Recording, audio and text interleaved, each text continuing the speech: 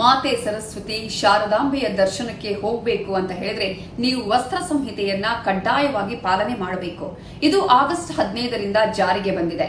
ಇನ್ನು ಮುಂದೆ ಶಾರದಾ ಪೀಠಕ್ಕೆ ಅಥವಾ ಗುರುಗಳನ್ನ ನೋಡೋದಕ್ಕೆ ಹೋಗಬೇಕು ಅಂತ ಹೇಳಿದ್ರೆ ಕಡ್ಡಾಯವಾಗಿ ಪುರುಷರು ಪಂಚೆ, ಶಲ್ಯ, ಧೋತಿಯನ್ನ ಧರಿಸಿರ್ಬೇಕಾಗತ್ತೆ. ಮಹಿಳೆಯರು ಸೀರೆ, ರವಿಕೆ, ಅದರ ಜೊತೆಗೆ ಚೂಡಿದಾರನ್ನ ಧರಿಸಿಯೇ ಅವರು ಹೋಗಬೇಕು.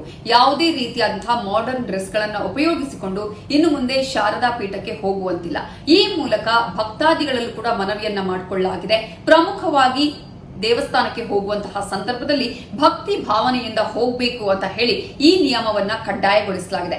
ಧರ್ಮಸ್ಥಳ ಆಗಿರ್ಬೋದು, ಸುಬ್ರಹ್ಮಣ್ಯ ಆಗಿರ್ಬೋದು, ಹೀಗೆ ಅನೇಕ ದೇವಸ್ಥಾನಗಳಲ್ಲಿ ಈಗಾಗಲೇ ವಸ್ತ್ರ ಸಂಹಿತೆ ಜಾರಿಯಲ್ಲಿದೆ. ಶೃಂಗೇರಿ ಶಾರದಾಂಬೆಯ ಪೀಠದಲ್ಲೂ ಕೂಡ ಆಗಸ್ಟ್ 15ರಿಂದ ಆಧುನಿಕ ಉಡುಗೆಯನ್ನ ತೊಡದೆ ಸಾಂಪ್ರದಾಯಿಕ ಉಡುಗೆಯನ್ನ ತೊಟ್ಟು ದೇವಸ್ಥಾನಕ್ಕೆ ಹೋದ್ರೆ ಭಕ್ತರಿಗೆ ದೇವರ ಗುರುಗಳ ದರ್ಶನ ಲಭಿಸುತ್ತೆ.